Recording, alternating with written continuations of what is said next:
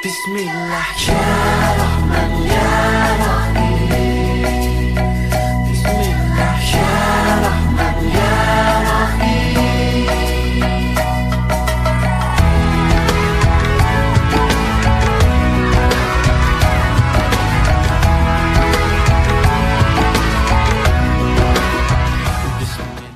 Okay, Bismillahirrahmanirrahim. Assalamualaikum warahmatullahi wabarakatuh. Hari ini kumpulan kami akan membentangkan tajuk hukum dan cara bacaan Al-Isti'azah dan Al-Basmalah. Sebelum itu, saya memperkenalkan diri saya Ainul Zurin binti Abdul Kamal. Okay. Seterusnya kita akan teruskan kepada tajuk kita iaitu Al-Isti'azah. Pengertian dari segi Al-Isti'azah ialah dari segi bahasa ialah berlindung, dan dari segi istilah ialah lafaz yang menghasilkan perlindungan dan naungan Allah daripada gangguan syaitan dalam apa jua keadaan. Diambil dari firman Allah dalam surah An-Nahl ayat 98, A'udzubillahi minasyaitonirrajim, fa iza qara'ta Qur'ana fasta'iz billahi minasyaitonirrajim. Bermaksud, apabila kamu hendak membaca Al-Quran, maka mohonlah perlindungan dengan Allah dari godaan syaitan yang direjam. Okay, seterusnya kita teruskan kepada hukum membaca Al-Isti'azah. Hukum membaca menurut jumhur ulama, Al-Isti'azah amat dituntut bila mana seseorang hendak memulakan bacaan Al-Quran, sama ada di permulaan surah ataupun di pertengahannya. Namun para ulama berselisih dalam menafsirkan perkataan tuntut sama ada wajib ataupun sunat. Okay. Hukum sunat Al-Isti'azah, jumhur ulama berpendapat hukum membaca Isti'azah pada ketika hendak memulakan bacaan Al-Quran adalah sunat muakkad. Ada sebahagian ulama pula berpendapat hukum membacanya adalah wajib kerana mereka berselisih pendapat pada kata kerja suruhan fasta'iz, artinya mohonlah perlindungan dalam ayat tersebut. Jumhur ulama berpendapat juga kata kerja suruhan fasta'iz adalah suruhan wajib, tetapi amat dituntut menurut pendapat ini meninggalkan bacaan Isti'azah tidak berdosa. Seterusnya, hukum wajib. Segolongan ulama berpendapat membaca Isti'azah wajib pada permulaan bacaan berdasarkan dalil yang sama. Sebahagian ulama juga berpendapat kata kerja suruhan fasta'iz adalah suruhan wajib. Jadi, menuntut pendapat ini berdosa bagi sesiapa yang meninggalkan bacaan Isti'azah pada ketika hendak memulakan bacaan Al-Quran. Ibnu Sirin, ulama yang berpendapat wajib membaca Isti'azah, berpendapat memadai bacaan Isti'azah ini sekali dalam seumur hidup sebagai menggugurkan wajib. Okay, sekian, terima kasih. Assalamualaikum warahmatullahi wabarakatuh. Bismillahirrahmanirrahim. Alhamdulillahi rabbil alamin. Assalatu wassalamu ala asyrafil anbiya'i wal mursalin wa ala alihi wa sahbihi ajma'in. Rabbi shrah li sadri wa yassir li amri wa hlul 'uqdatam min lisani yafqahu qawli. Amma ba'du. InsyaAllah saya Jalaluddin akan membentangkan berkenaan contoh bacaan lafaz Isti'azah. Okey. Contoh lafaz bacaan Isti'azah ni ada banyak. Salah satunya A'udzubillahi minasyaitonirrajim. A'udzubillahi samil alim minasyaitonirrajim. A'udzubillahil azim minasyaitonirrajim. A'udzubillah minasyaitonirrajim. Maka di sini Al-Imam Ad-Dani mengatakan dalam banyak-banyak bacaan itu terdapat bacaan yang paling terbaik. Apa dia? A'udzubillahi minasyaitonirrajim. Kerana ada hadis yang diriwayatkan daripada Abdul Razak, daripada Abu Sa'id Al-Khudri, katanya anna Rasulullah sallallahu alaihi wasallam kana yaqul qabla al-Quran a'udzubillahi minasyaitonir rajim. Yang bermaksud bahawa Nabi sallallahu alaihi wasallam selalu menyebut a'udzubillahi minasyaitonir rajim sebelum membaca Al-Quran. Maka perkara ini sabit untuk kita membaca a'udzubillahi minasyaitonir rajim sebelum membaca Al-Quran adalah untuk mengelakkan kita daripada gangguan syaitan dan lebih khusyuk untuk mendalami isi ayat Al-Quran. Maka perkara ini adalah sunat. Dan kemudiannya cara membaca isti'azah ini ada 4. Salah satunya ada 2 cara kita membaca dalam keadaan jahar, membaca dalam keadaan nyaring, iaitu apabila kita berada dalam majlis tilawah Al-Quran dan kita berada dalam majlis keagamaan. Dan yang kedua lagi adalah bacaan yang mana kita perlu membaca dalam keadaan perlahan, secara sir. Yang ini adalah berada dalam keadaan sembahyang, baca dalam keadaan sembahyang. Yang satu lagi adalah membaca seorang diri. Okey, seorang diri ni contoh kita nak minta perlindungan dalam doa dan sebagainya lah. Maka dalam slide ada tulis hashtag kat situ. Dia nak bagi point. Dia kata jika isti'azah telah pun dibaca dengan nyaring sewaktu memulakan bacaan oleh orang pertama dalam majlis membaca Al-Quran secara bergilir-gilir seperti majlis tadarus Al-Quran atau majlis khatam Al-Quran, maka pembaca-pembaca yang berikutnya harus membaca secara perlahan. Ini adalah poin yang mana nak mengatakan bacaan ini bukanlah wajib, tapi bacaan ini adalah sunat. Maka perkara ini perlulah kita faham.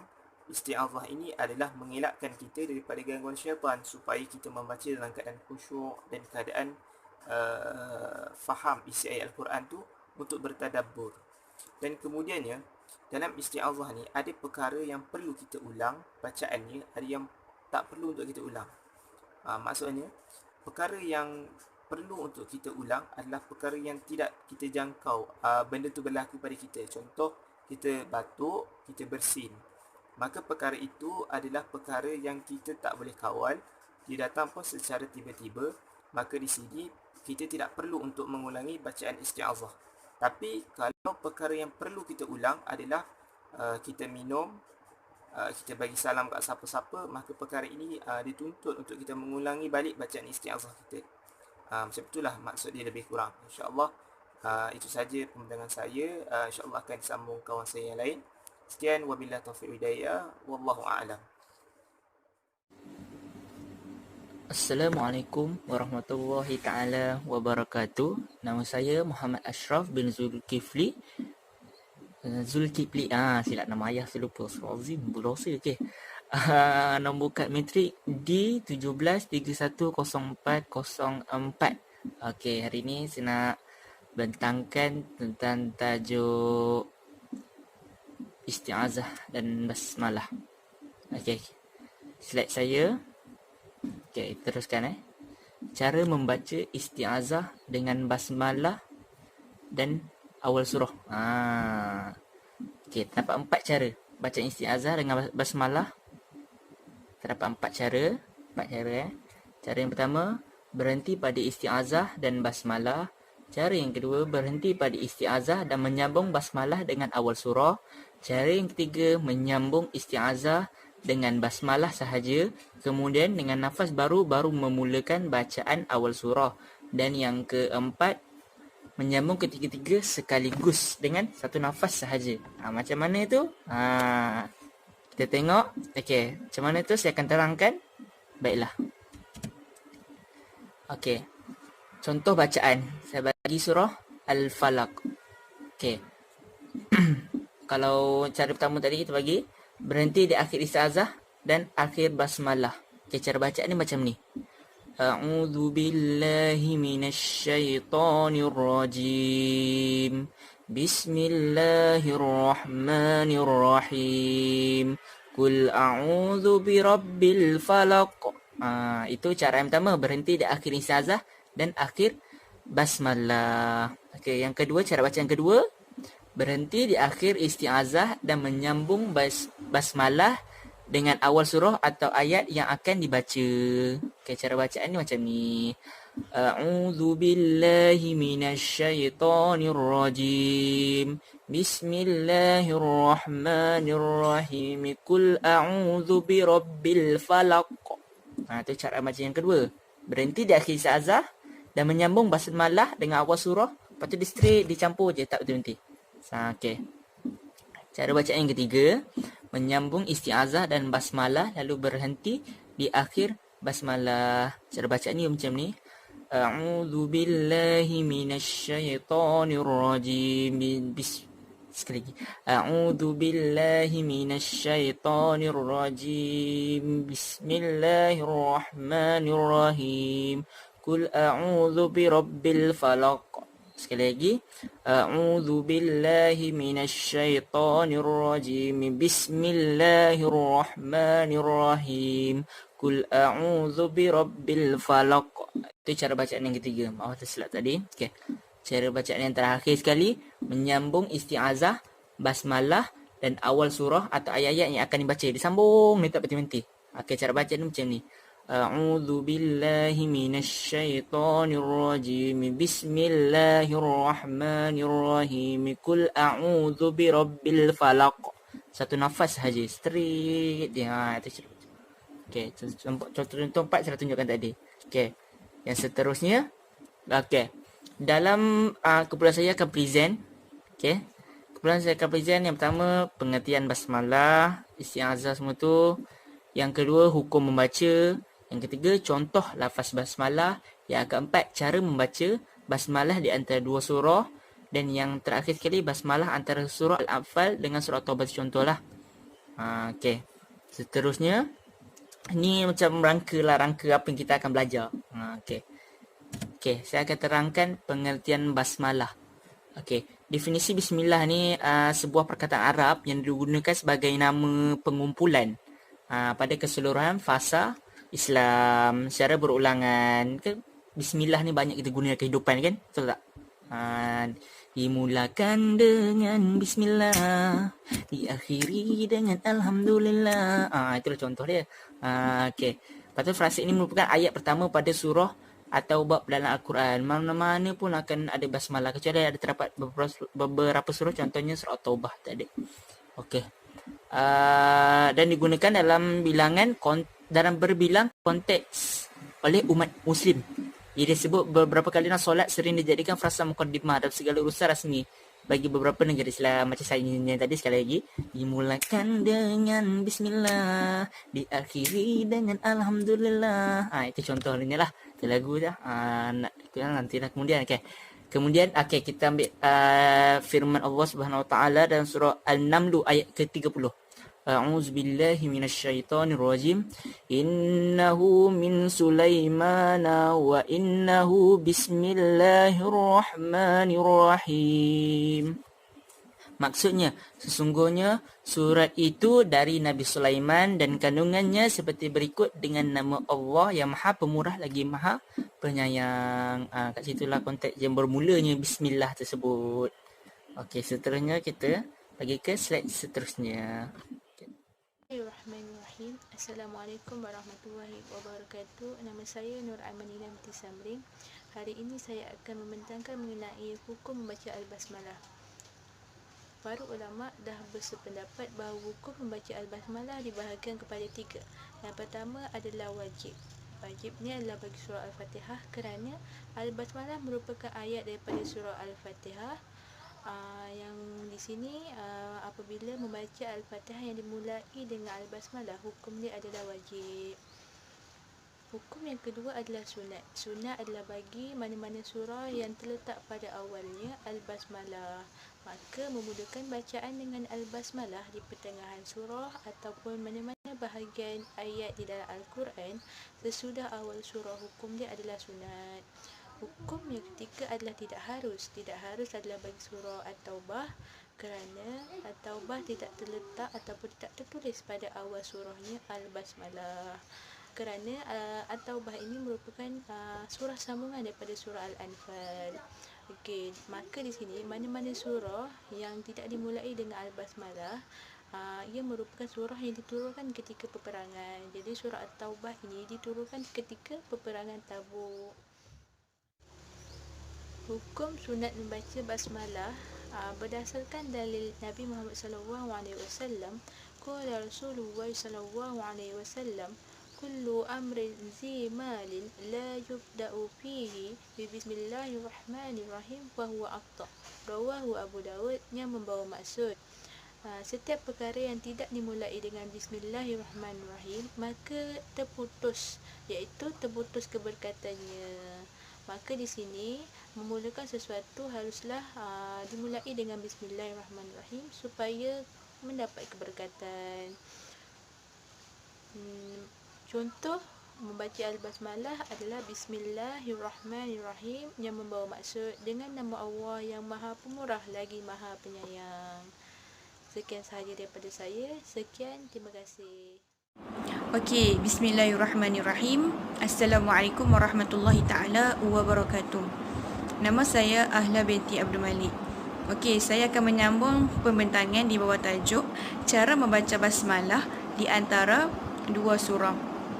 Okey, dekat sini jika seseorang pembaca Al-Quran telah menamatkan akhir ayat sesuatu surah, kemudian dia hendak menyambung bacaannya dengan surah yang berikutnya dengan bacaan ayat basmalah, maka diharuskan dia membaca dengan salah satu cara. Dekat sini ada 3 cara. Cara yang pertama ialah berhenti di akhir surah dan berhenti pada basmalah. Kemudian dengan nafas baru memulakan bacaan awal ayat surah. Contohnya, fi jidha hablum min masad, bismillahirrahmanirrahim, qul huwallahu ahad. Okey, cara yang kedua ialah berhenti di akhir surah dan menyambung bacaan basmalah dengan awal ayat surah. Contohnya, fi jidha hablum min masad, bismillahirrahmanirrahim, qul huwallahu ahad. Okey, cara yang ketiga ialah menyambung akhir surah dengan basmalah dan awal ayat surah sekaligus dengan satu nafas. Contohnya, fi jidha hablum min masadin, bismillahirrahmanirrahim, qul huwallahu ahad. Okey, slide seterusnya berkenaan dengan basmalah antara surah Al-Anfal dengan surah At-Taubah. Dekat sini menceritakan tentang adapun bacaan antara akhir ayat surah Al-Anfal dengan awal ayat surah At-Taubah yang tidak dimulai dengan tulisan ayat basmalah pada permulaannya, maka diharuskan membaca dengan salah satu cara. Okey, dekat sini ada 3 cara juga.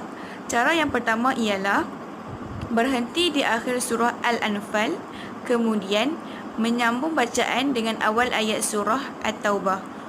Contohnya, wa ulul arhami ba'duhum awla bi ba'din fi kitabillah, innallaha bikulli syai'in alim, bara'atum minallahi wa rasulih ilal ladzina ahadtum minal musyrikin. Okey, seterusnya cara yang kedua ialah menyambung akhir surah Al-Anfal dengan awal surah At-Taubah sekaligus dengan satu nafas tanpa berhenti dan saktah. Contohnya, wa ulul arhami ba'duhum awla bi ba'din fi kitabillah, innallaha bikulli syai'in alimun, bara'atum minallahi wa rasulih ilal ladzina ahadtum minal musyrikin. Okey, cara yang ketiga ialah sakta, yakni berhenti sekejap tanpa bertukar nafas di akhir ayat surah Al-Anfal, kemudian menyambung bacaan dengan awal ayat surah At-Taubah. Okey, contoh ayat Al-Quran ni saya ambil dalam buku dan tak ada dalam slide. Okey, contohnya, innallaha bikulli syai'in alim, bara'atum minallahi wa rasulih ilal ladzina ahadtum minal musyrikin. Okey, slide yang seterusnya berkenaan dengan sebab larangan. Yang pertama, permulaan surah At-Taubah tidak terdapat tulisan ayat basmalah kerana surah ini diturunkan dalam perintah berperang dengan kaum kafir seperti mana yang ditegaskan oleh Ibnu Abbas. Saya telah bertanya kepada Sayyidatina Ali bin Abi Talib, kenapa tidak ditulis basmalah di permulaan surah At-Taubah? Jawabnya, kerana basmalah itu aman, sedangkan bara'ah tidak aman kerana ia diturunkan di waktu peperangan. Okey, yang kedua ialah para ulama bersepakat membaca basmalah pada awal tiap-tiap surah dan meninggalkannya pada surah At-Taubah. Imam Ibn Hajar dan Al-Khatib menghukumkan haram membaca ayat basmalah di awal surah At-Taubah kerana ia tidak ditulis pada permulaannya dalam Al-Quran dan ia juga diturunkan pada waktu peperangan, dan menghukumkan makruh membaca ayat basmalah sesudah awal ayat atau di pertengahannya. Jadi, jika kita memulakan bacaan Al-Quran dengan surah At-Taubah, hendaklah dengan membaca isti'azah sahaja, lalu terus membaca permulaan ayatnya. Okey, yang ketiga ialah Syekh Ar-Ramli memakruhkan membaca ayat basmalah di awal surah At-Taubah dan menghukumkan sunat membacanya sesudah awal ayat atau di pertengahannya. Okey, setakat ini saja penerangan daripada kami berkenaan dengan hukum dan cara bacaan Al-Isti'azah dan Al-Basmalah. Sekian, terima kasih.